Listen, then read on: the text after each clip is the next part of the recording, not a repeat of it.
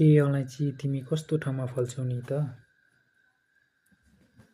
म चिस्यान ठाउँ भएको क्षेत्र, पानी नजम्ने दोमट माटो भएको ठाउँमा फल्छु नि। त्यसो भए समुद्रीको सतहको कति उचाइमा फल्छौ नि त? म विभिन्न जातमा फल्ने गरेको छु।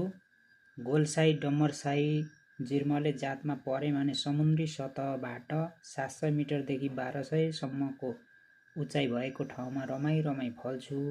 रामसाई, चिबेसाई जात परे भने त 1200 उचाइदेखि 2000 सम्म रमाई फल्ने गरेको छु नि। त्यसो भए तिमी धेरै जातको हावापानी अनुसार फरक किसिमले पो फल्दो रहेछौ नि त?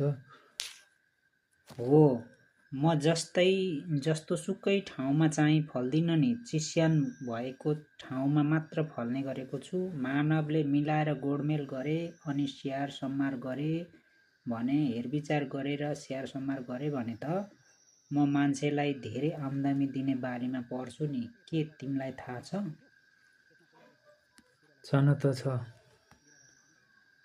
मान्छेले मलाई चिने भने म पहाडी भेगमा मलाई जित्ने बाली अहिलेसम्म अरू कुनै बाली छैनन् नि।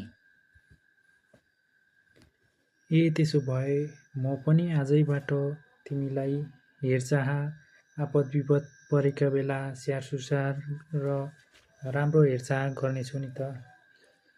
हुन्छ, सुरुवात गरौँ न त। समय आउँछ पर्खँदैन, गर्ने काम गरिहालौँ।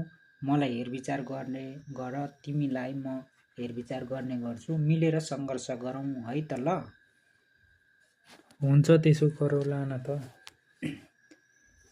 अनि मलाई छाडेर किन बसाइ सर्छन् नि मान्छेहरू?